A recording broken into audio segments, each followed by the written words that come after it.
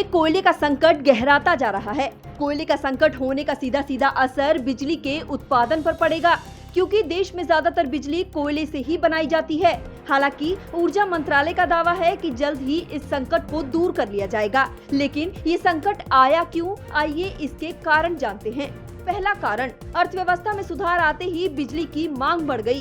दूसरा कारण, सितंबर में कोयला खदानों के आसपास ज्यादा बारिश होने से कोयले का उत्पादन प्रभावित हुआ है। तीसरा कारण, विदेशों से आने वाले कोयले की कीमतें बढ़ना, इससे घरेलू कोयले पर निर्भरता बढ़ गई है। चौथा कारण, मॉनसून की शुरुआत से पहले कोयले का स्टॉक न रखना। बिजली की खपत बढ़ी। कोरोना की दूसरी लहर के बाद अर्थव्यवस्था में सुधार आया है, इससे बिजली की खपत बढ़ गई है। इस वक्त हर दिन 4 बिलियन यूनिट्स की खपत हो रही है और 65 से 70% तक की बिजली की जरूरत कोयले से ही पूरी होती है, इसलिए कोयले पर निर्भरता बढ़ गई है।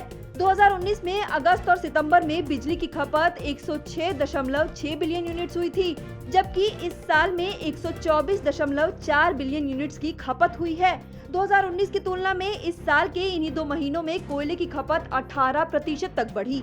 बता दें कि मार्च 2021 में इंडोनेशियाई कोल की कीमत $60 प्रति टन बढ़ गई थी, जो सितंबर-अक्टूबर में बढ़कर $160 प्रति टन हो गई। इससे कोयले के आयात में कमी आई है। 2019 की तुलना में आयातीय कोयले से बिजली के उत्पादन में 43.6% की कमी आई है, जिससे अप्रैल से सितंबर 2021 के बीच घरेलू कोयले पर 17.4 मीट्रिक टन की एक्स्ट्रा डिमांड बढ़ी है।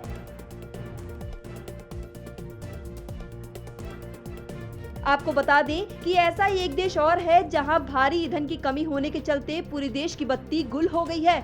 जी हां, हम बात कर रहे हैं लेबनान की।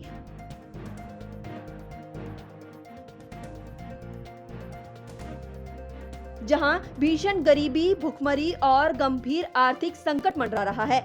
आज ये पूरा देश अंधेरे में रहने को मजबूर है, क्योंकि देश की सरकारी बिजली कंपनियों ने कहा है कि ईंधन की कमी के कारण 2 बड़ी कंपनियों ने काम बंद कर दिया है, जिसकी वजह से ये हालात पैदा हुए।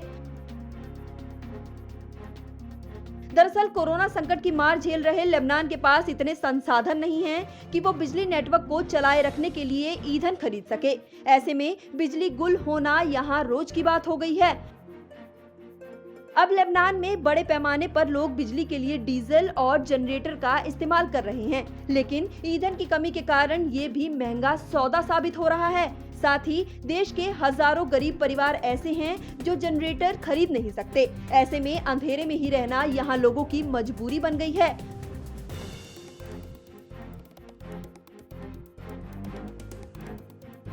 अब सवाल ये है कि क्या आने वाले दिनों में हमारे देश भारत को भी इसी तरह के संकट का सामना करना पड़ेगा, या फिर सरकार इस कमी को पूरा करने में कामयाब होगी।